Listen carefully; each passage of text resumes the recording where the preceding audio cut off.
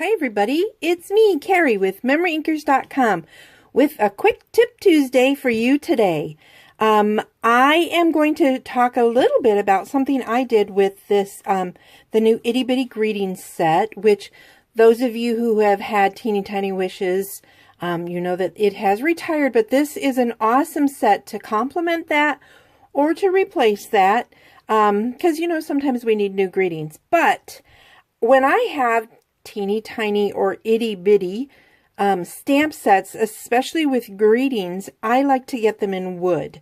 Now they do come in the clear mount, but I like to get them with wood. The problem is then you have this issue and they're floating around inside your box, right? And they're a big mess, and a lot of times they flip over sideways.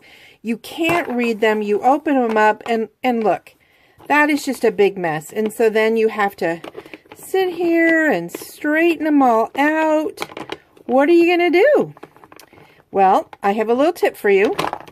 If you are a crafter, which you probably are, you're not watching this little video, you probably save an awful lot of things. And one of the things that I save are whenever there are bits and pieces of styrofoam that come with packing, because of my displays in my craft room, I use them. I use them when I'm shipping something, but I have found that they also work for keeping my stamps in this situation a little bit neater in this big box.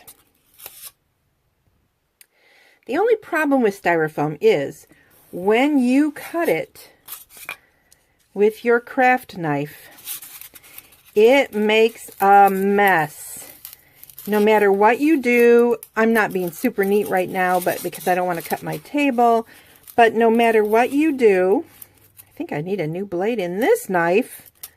It's just very, very hard to keep it. And then you don't want that all over your stamps all the time, right? I don't. I know you don't. So all you need to do once you get it to the size that you want is just hit it with your heat tool. And I'm hoping y'all can see this.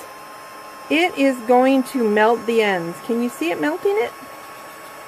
I'll go till it goes way too far so y'all can see. Here, let me try this tip. That should show it good for you. See it melting it away? And so you obviously you don't want to do it too long. But all you have to do is hit it with your heat gun, and it will keep you from having all those fuzzies. So that's what I did with this one. You can see it would be just a mess, but now there's not a problem. So I can slide this in, whoops, when I have my stamps stacked properly, of course, which I really flipped them around. So I got it to the size that I want, and it just so happened that for this one, the stamps actually, there was a stray, so I couldn't do a straight line, but as you could see, I had some that were oddly shaped, which is how this one was. It was oddly shaped, so I just trimmed it, and now that one has a little spot too.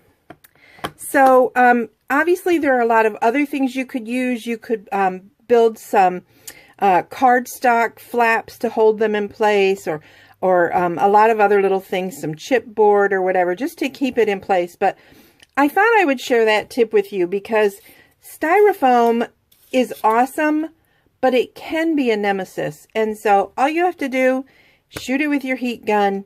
You'll get the nice edge that, I mean, it's not like perfect like the factory edge. They probably use a hot knife or something. And if you have that, yay for you, but I don't. So hit it with the heat gun, and it'll keep it from flip-flopping all over the place, and it'll keep your stamps from flip-flopping all over the place. Anyway, that's my just quick Tuesday tip for you today. Have a great day. Bye.